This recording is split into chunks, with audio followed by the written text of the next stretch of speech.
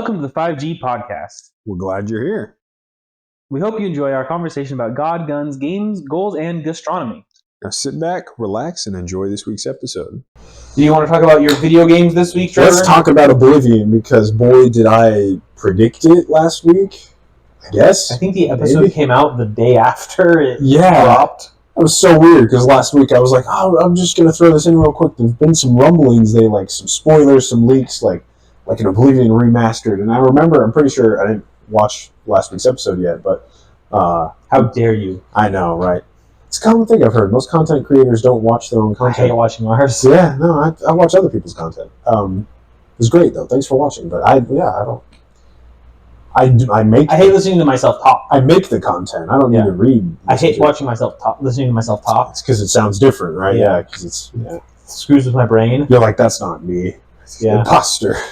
And then I critique every little thing that I do. You're like, oh. I'm like, I'm such an idiot. Oh, that nervous tick there. Oh, why did I say that? Yeah. I probably could have not stuttered. I'm going to re-listen to this point and be like, oh, you're so dumb. What are you doing? Get on with the show or whatever. Probably. He's just blabbering about nothing again. Our editor thinks that sometimes, which is hilarious. It is very funny. She's very vocal about it. She is. She tells me over dinner. Why are you so dumb? It's very funny. She goes, when I'm editing the podcast, I understand that it's an hour to an hour and a half. But sometimes I just want to tell you guys, why are you talking so much? And it's like, Ryan, that's the point of the thing. There's only two of us on the podcast, right? I mean, until we get a whole panel of people. Yeah. Which I don't know if I'd ever do that. I don't know if I love podcasts like that, but anyway. 77 people are all talking at once. It's like, meh. You're like, actually, I really only want the opinions of 2 or 3 of these people here anyway. But I think 4 is the max. 4's pretty good, yeah. But even then you start talking over each other. 3 to 4? 3 is probably the optimal. Yeah. There's some I listen to that will have guests on occasion, and sometimes it's these guests just aren't that interesting. Yeah, for sure. So it's I don't really care about their opinions. I like the main hosts for whatever they're blabbering about. But anyway, now that we've meta that into very super meta. Tell me about Oblivion. Last week I said, oh, I hope this game comes out soon or this year. Yeah. I said something like that. And then it was literally the day after we recorded, and then our episode dropped. Hilarious. Oblivion Remastered. They shadow dropped it last week, if you hadn't heard, which was a cool, fun new term, shadow dropping. No advertising budget whatsoever. Now there's a little bit, now that it's out, but no pre-advertising budget. And they're just they're blowing things out of the water. I think they hit 200,000 peak players on Steam. No, it was 500. 500? Or 450. Peak? Whew. Okay. All right, yeah, we got to double check stats on that one. The big stat I did have was they said 4 million players. Wow. Right, so not at one time, but 4 million. Copies sold at least. Because it's also on Game Pass. Oh. So they were adding up some Game Pass numbers. But non-concurrently, 4 million unique players. So some bought it, some just get it for free on Game Pass. So that in combination with the Steam peak concurrent players being at least 200,000 all-time high. Sorry. Probably would have been this past weekend. It's showing me the 24-hour peak at 183,000. Okay. Current players are 141. I saw it kind of averaging 140 for the past week. It tells me, you were right. Okay. It's 217,000 all-time peak playing it. Gotcha. It was 461,000 peak watching on Twitch. Oh, okay. That's what it was. That's also big, though. Yeah. That's a big That's number. what I had seen. Yeah. And then, they Bethesda company came out and said, 4 million players. Yeah. Super impressive. I told myself, I haven't bought a full price video game in a while, but I waited all of, 12 hours after the game came out, and then I caved and bought the game. I also knew I was going to be working from home the next day. Working from home. So I was like, working from home? Working. All right, that's a good enough excuse. And I put in quite a few hours. It is currently the number 4 game being played on Steam. Okay, yeah.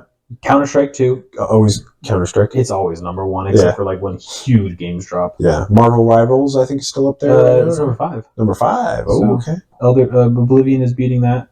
Dota 2. Oh, yeah. Is always Dota 2. big one. Yeah. Bongo Cat. Oh, yeah. Bongo Cat. You know this? Bongo Cat. It's the best new game. No, it's just another goofy, like a banana game. It's just Banana's number 6 still. So yeah, it's just like a goofy clicker. Schedule 1 is number 7. Apex Legends number 8. Baldur's Gate 3 number 9. PUBG Battlegrounds 10. Yep. All makes sense for high concurrent players. Yeah. Most played. PoE 2 is. Sorry, I'm just looking through the. You're just like stats. Yeah. Yeah. Oblivion. Would recommend. Oblivion Remastered as now the new optimal way to experience Oblivion. It's good. It's good, man. Yeah. It is $50, but I mean I'm glad they only charge $50 because like these days prices being how they were, I mean they could have charged probably anything they wanted, but $50 was a good price point. It's a graphical update, and it's a huge graphical update. And the game doesn't crash nearly as much as it used to back in the day. That's good that they it's good. To the game. They did graphics and some performance stability fixes. That's hilarious. And then aside from that, it's basically like 99% just Oblivion. Like they didn't need to change much. They added in the DLCs, which were fantastic, for free with just the $50 version. It's a great game. I'm enjoying it. You can tell it's almost a 20-year-old game. Yeah. But that's okay. Like it still is one of the most fantastic RPGs ever made, honestly. Just the character creativity in that is phenomenal. So good. Yeah. You can wander around. It's just playing the game for hours and realize you haven't actually like fought anything. Like, oh, you get so immersed in the world. You're doing quests. You're seeing the life, the vibrant life of the NPCs and the whole universe. Like, yeah, it's good. It's good to waste hours in, but they feel satisfying. Yeah. Like, yeah, I don't know. I think the 2 points I give it over Skyrim, because Skyrim had some updated gameplay. It was good. Graphics. The modability, the community got huge with Skyrim. I am waiting for mods in this one.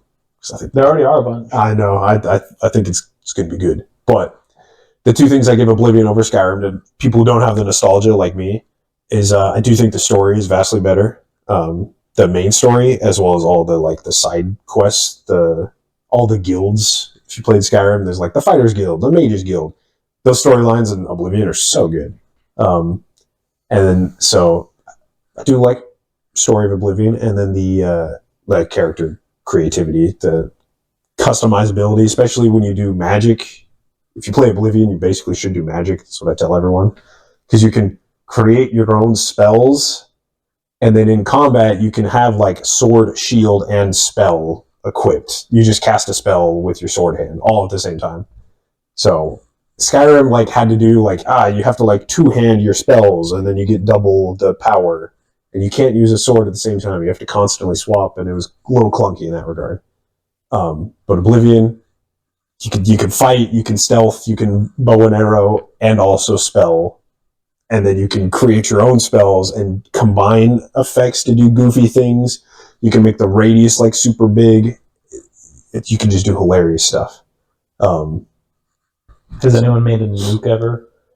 Probably. Some of the funniest ones I've heard, there's endless content, endless fire and poison damage is a nuke. Well, so there's one they did it was like a giant fireball that didn't do that much damage, I think, but it had a really big radius, but then immediately turned them invisible at the same time. So you can just stealth kill entire cities, just a little bit at a time or whatever. It's ridiculous stuff like that. And they're like, where is that? Where's that coming from?